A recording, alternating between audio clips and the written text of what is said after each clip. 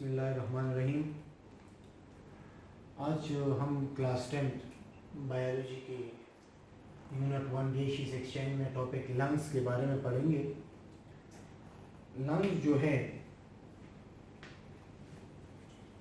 इसमें हमारे साथ गैसियस एक्सचेंज होता है।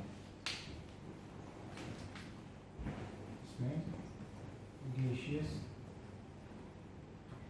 एक्सचेंज होता है किस चीज में?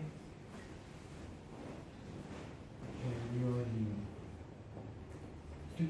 अब लंग्स जो है ये हमारे साथ मौजूद कहाँ पर है, लोकेटेड कहाँ पर है? लोकेशन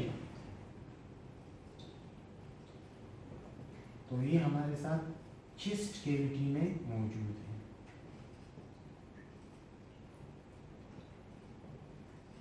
चेस्ट कैविटी में मौजूद है। अच्छा, लंग्स के ऊपर हमारे साथ एक मेम्ब्रेन मौजूद होता है, डबल मेम्ब्रेन मौजूद होता है।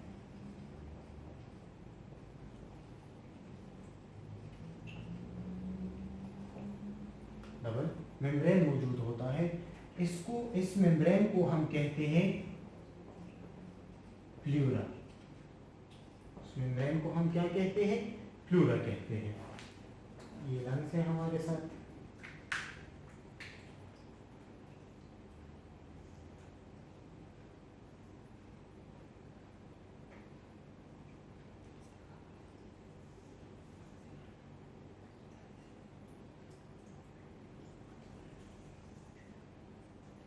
ठीक है, तो इस मेम्ब्रेन को हम कहते हैं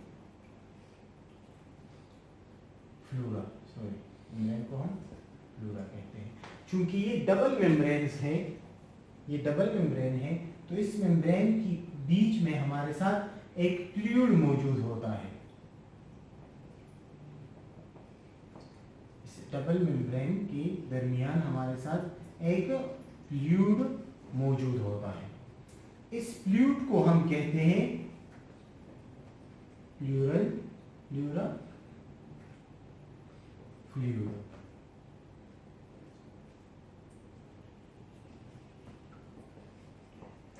ठीक है, और इसका काम क्या है? ये फ्लूइड जो है हमारे साथ लंग्स के सिकुड़ने और फैलने को मुमकिन बनाता है। ठीक है। अच्छा, लंग्स की मूवमेंट में मदद देता है।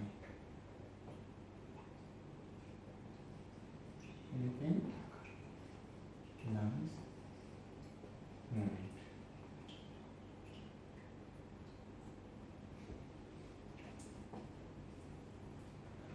ठीक है। अच्छा, अब ये जो है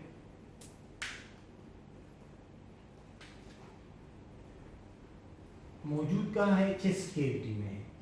चेस्ट कैविटी में जो ये लंग्स है ये हमारे साथ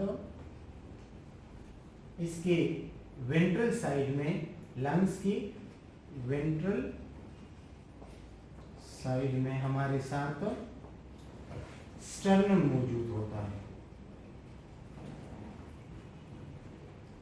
सीने की हड्डी जिसे हम कहते हैं, जिसकी हड्डी स्टर्नम मौजूद होता है। जबकि लंग्स के डोर्सल साइड पर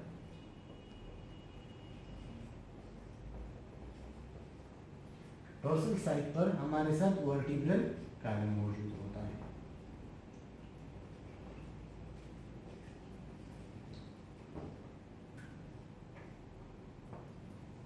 मौजूद होता है। और लंग्स के लोअर सरफेस में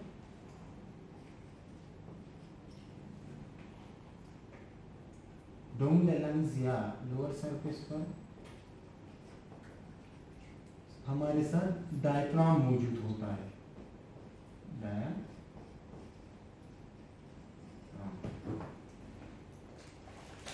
मौजूद होता है।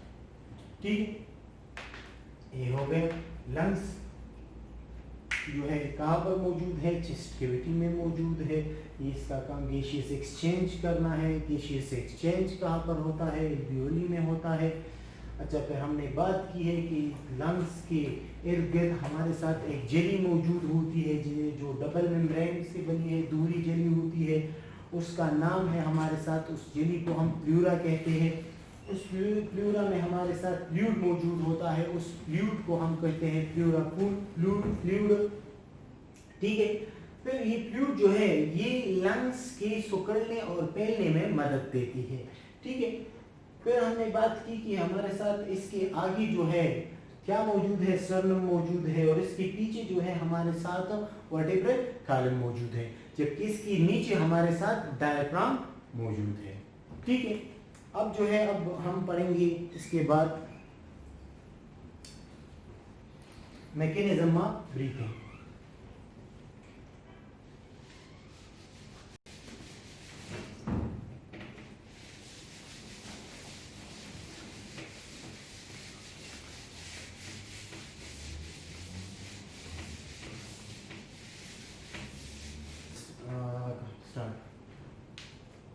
अच्छा, दूसरा टॉपिक है हमारे साथ मैकेनिज्म ऑफ ब्रीथिंग।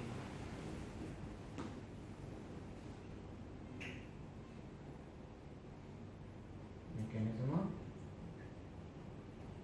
ब्रीथिंग के सांस लेने का तरीकाकार।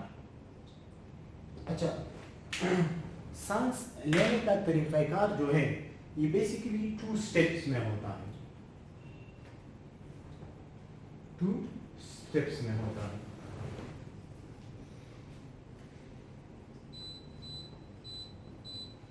पहला कौन सा है? पहला हमारे साथ है इंस्पायरेशन, जबकि दूसरा हमारे साथ है एक्सपायरेशन। इंस्पायरेशन क्या है? सांस या हवा अंदर लेने के अमल को हम कहते हैं इंस्पायरेशन, और जबकि बाहर छोड़ने के अमल को हम कहते हैं एक्सपायरेशन। ठीक है, अच्छा, ये 2 मराहिल क्यों होते हैं? ये हमारे साथ प्रेशर्स की वजह से होते हैं, एटमॉस्फेरिक प्रेशर की वजह से। जब हमारे साथ हवा की एटमॉस्फेयर में प्रेशर ज्यादा होता है तो सांस जो है, हवा जो है अंदर जाती है, जबकि अंदर जब हमारे साथ प्रेशर ज्यादा हो जाता है तो फिर हम सांस जो है बाहर की तरफ छोड़ते हैं। ठीक है, अच्छा,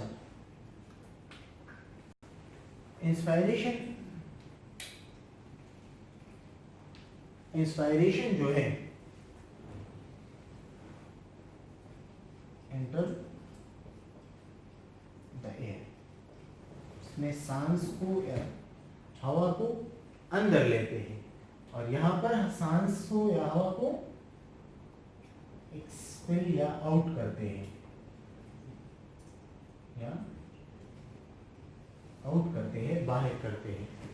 ठीक है, अच्छा, इंस्पायरेशन में इसमें हमारे साथ चेस्ट कैविटी की साइज जो है इंक्रीज होती है,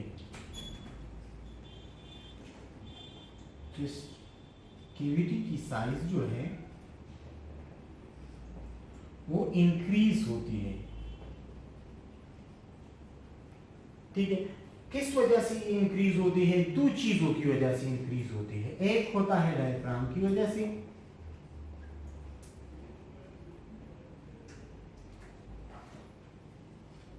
डायफ्राम की वजह से, डायफ्राम की वजह से, क्योंकि डायफ्राम मसल्स जो है ये हमारे साथ क्या हो जाते हैं? श्रिंक हो जाते हैं, सिकुड़ जाते हैं। ठीक है, अच्छा, दूसरा है हमारे साथ इंटरकोस्टल मसल्स। इंटरकोस्टल मसल्स, ये मसल्स भी हमारे साथ श्रिंक हो जाते हैं। ठीक है, जब हम सांस अंदर लेते हैं तो डायफ्राम जो है ये भी हमारे साथ सिकुड़ जाता है, इसकी साइज इस तरह होती है, इस इस तरह होती है, जब इंस्पिरेशन के दौरान फिर ये हमारे साथ इस तरह हो जाता है, सिकुड़ जाता है। ठीक है। दूसरा हमारे साथ इंटरकोस्टल मसल्स जो है यहाँ पर चेस्ट में हमारे साथ ये मसल्स है, ये भी हमारे साथ सिकुड़ जाते हैं। तो क्या हो जाता है, तो फिर हमारे साथ जो रिबकेज है ये हमारे साथ गोज टू अप, ये हमारे साथ चले जाते हैं अप हो जाते हैं ओरिजिनल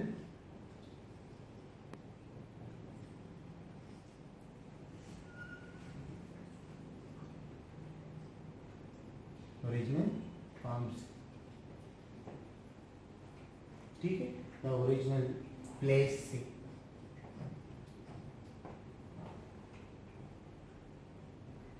ठीक है। इसमें इंस्पायरेशन में हमारे साथ एटमॉस्फेरिक प्रेशर ज्यादा होता है।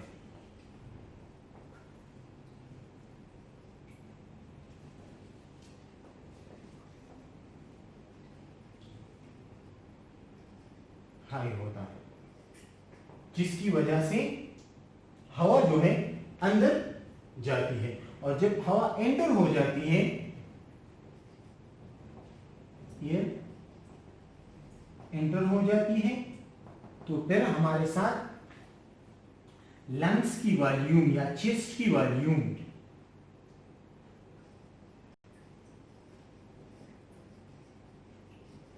चेस्ट कैविटी की वॉल्यूम लार्ज हो जाती है, ज्यादा हो जाती है। ठीक है।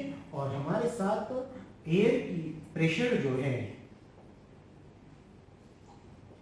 लंग्स में ज्यादा हो जाती है।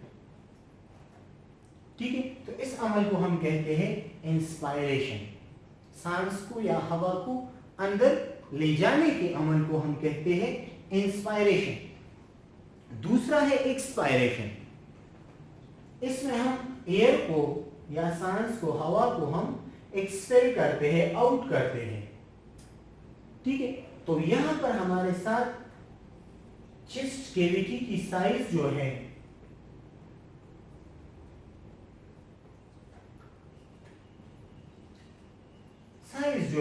वो डिक्रीज हो जाती है,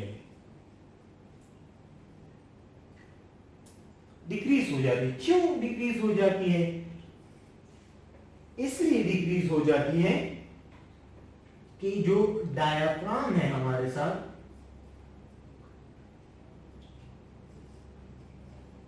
ये हमारे साथ रिलैक्स हो जाए। डायफ्राम को रिब्स,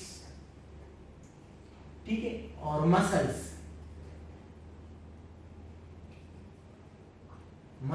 जो है ये तमाम हमारे साथ रिलैक्स हो जाते हैं। इधर हमने बात की है, यहां पर हमारे साथ स्विंग हो गया, यहां पर वापस हमारे साथ रिलैक्स हो गया। तो यहां पर क्या होता है, एयर को आउट करते हैं, और चेस्ट कैविटी की वॉल्यूम जो है वो फिर हमारे साथ लो हो जाती है, कम हो जाती है। ठीक है। तो ये रिलीज हो जाती है। ठीक है। अच्छा, यहां पर एक्सपेयरेशन के दौरान हमारे साथ लंग्स में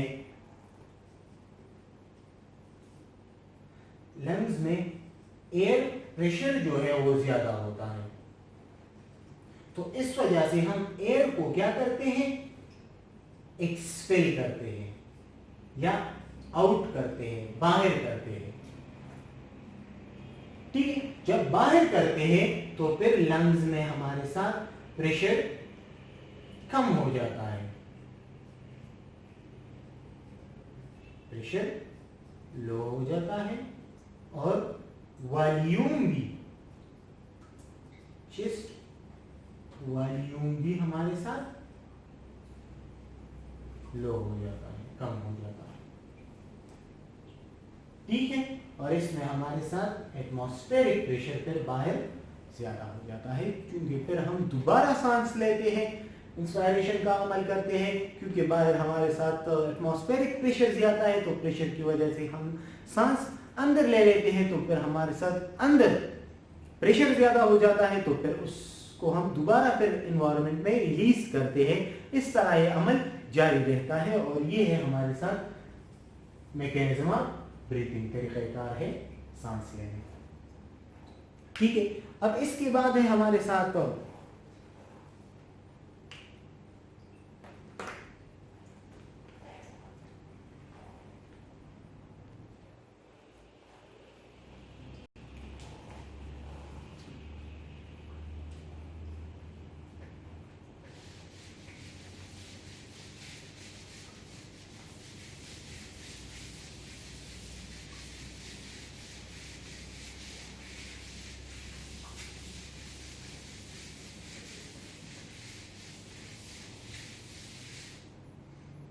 इसके बाद है हमारे साथ gaseous exchange in lungs.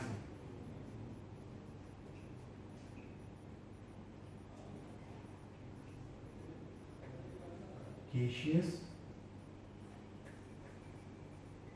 Exchange in lungs, कि लंग्स में हमारे साथ किस तरह गैसियस एक्सचेंज होता है। तो हमने पहले भी बात की है कि हमारे साथ लंग्स में क्या मौजूद होता है, एल्वियोली मौजूद होता है। एल्वियोली को हम इस तरह भी कहते हैं कि the structural and functional unit of lungs is called alveoli. इसको हम लंग्स का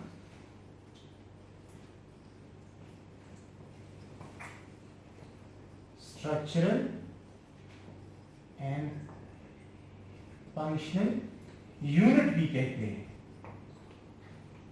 ठीक है, तो लंग्स में हमारे साथ एल्वियोली मौजूद होती है, जिसमें हमारे साथ गैसियस एक्सचेंज होता है।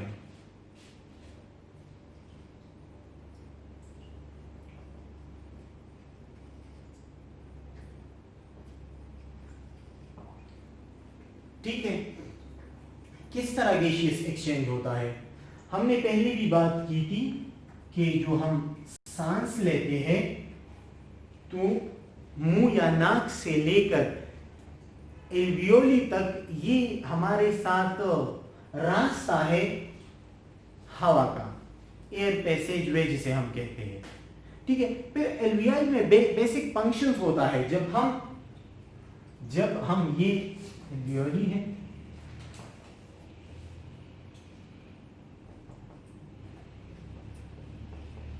जब हम सांस लेते हैं एयर को इधर आता है, ठीक है, लंग्स में,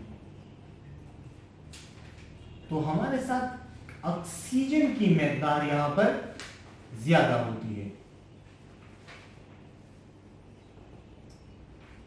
हमारे साथ ज्यादा होती है।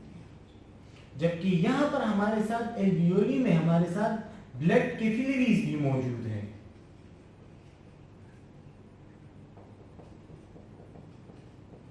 इस तरह ये हमारे साथ एक एल्वियोली है।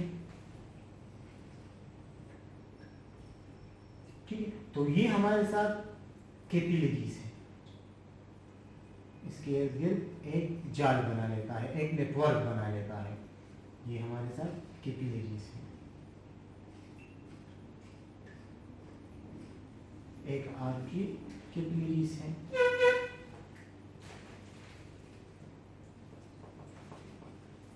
दूसरा मेन कैपिलरीज है।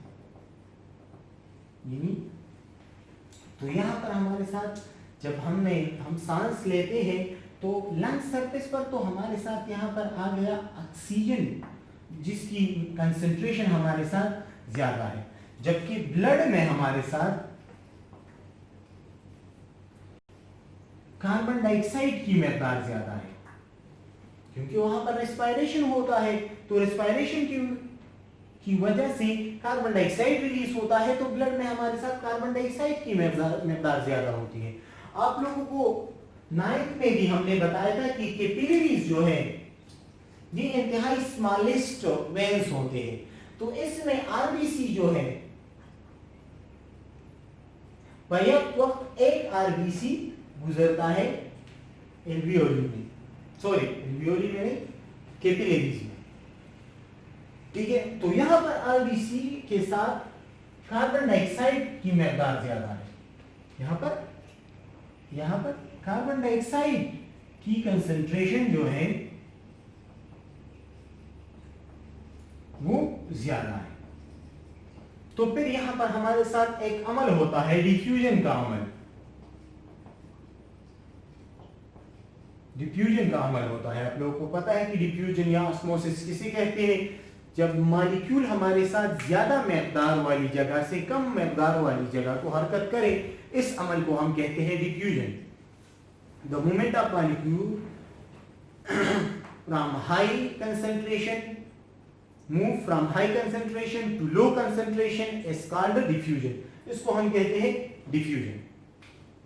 ठीक है, तो फिर डिफ्यूजन हो जाता है क्योंकि लंग्स में हमारे साथ ऑक्सीजन की मकदार ज्यादा है, तो ऑक्सीजन एल्वियोली के जरिए ब्लड में डिफ्यूज हो जाती है।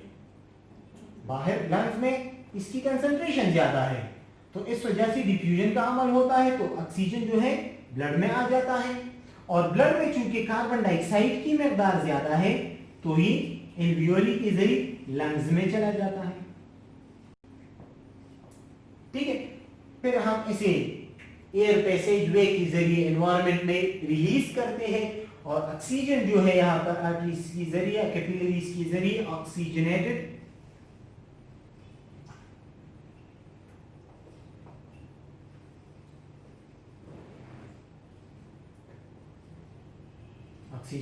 ब्लड मूव कर जाती है हार्ट की तरफ। तो गैसियस एक्सचेंज होता है हमारे साथ किस तरह? लंग्स में। तो एल्वियोली के जरिए गैसियस एक्सचेंज होता है, लंग में हमारे साथ ऑक्सीजन की मकदार ज्यादा हो जाती है, वो डिफ्यूज हो जाता है ब्लड में, क्योंकि एल्वियोली की ये हमारे साथ कैपिलरीज की एक नेटवर्क बन जाता है, एक जाल बन जाता है। तो कैपिलरीज की जो सेल वॉल है वो इंतहाई स्मॉल होती है, थिन वॉल होती है। तो यहाँ पर जो डिफ्यूजन का अमल होता है बिल्कुल आसानी होता है, और जो हमारे साथ एल्वियोली की जो सेल वॉल जो वॉल है हमारे साथ, वो भी इंतहाई थिन होता है। तो यहाँ पर हमारे साथ ये डिफ्यूजन का अमल आसानी होता है। तो फिर क्या हो जाता है कि कार्बन डाइऑक्साइड जो है एक्सपेल हो जाता है, बाहर हो जाता है ब्लड से, और ऑक्सीजन एंटर हो जाती है। तो इस तरह गैसियस एक्सचेंज होता है ब्लड में। अच्छा, हमने आज दो तीन बातें की है। एक हमने बात की है कि लंग्स के बारे में, कि लंग्स क्या चीज़ है। लंग्स जो है एक ऑर्गन है जिसमें गैसियस एक्सचेंज होता है, ह्यूमन बीइंग में होता है, एनिमल्स में होता है। ठीक है, ये मौजूद कहाँ है? चेस्ट कैविटी में मौजूद है, डायफ्राम जो है इसकी नीचे मौजूद है, आगे इसकी स्टर्नम बोन्स है, पीछे इसकी वर्टिब्रल कॉलम है, रिब केज जो है इसको चारों तरफ से घेरा हुआ है। ठीक है, फिर हमने बात की कि हमारे साथ तो मैकेनिज्म ऑफ ब्रीथिंग किस तरह होते हैं, कि ब्रीथिंग किस तरह होते हैं। हमने बताया कि ब्रीथिंग के दो तरीक़ेकार हैं, एक है हमारे साथ इंस्पायरेशन, दूसरा एक्सपायरेशन। इंस्पायरेशन हवा अंदर लेने के अमल को कहते हैं, एक्सपायरेशन हवा बाहर छोड़ने के अमल को कहते हैं। ठीक है, फिर हमने उसमें बताया कि इंस्पायरेशन के दौरान चेस्ट कैविटी का वॉल्यूम ज्यादा होता है, जबकि एक्सपायरेशन के दौरान चेस्ट की वॉल्यूम कम होता है। ठीक है, फिर तीसरी बात हमने की कि गैसियस एक्सचेंज किस तरह होता है लंग में। तो हमने बात की कि एल्वियोली के जरिए होता है, क्योंकि एल्वियोली जब हम सांस लेते हैं तो एल्वियोली में हमारे साथ ऑक्सीजन आ जाता है, क्योंकि लंग सरफेस पर हमारे साथ ऑक्सीजन की मकदार ज्यादा हो जाती है। तो इस वजह से ये डिफ्यूज हो जाता है ब्लड में, और ब्लड में हमारे साथ कार्बन डाइऑक्साइड की मकदार ज्यादा है, तो हमारे साथ डिफ्यूज हो जाती है लंग्स में या एल्वियोली में, जिसको हम एयर पैसेज वे के जरिए बाहर रिमूव कर देते हैं। ठीक है, आज के लिए इतना ही काफी है। Thank you.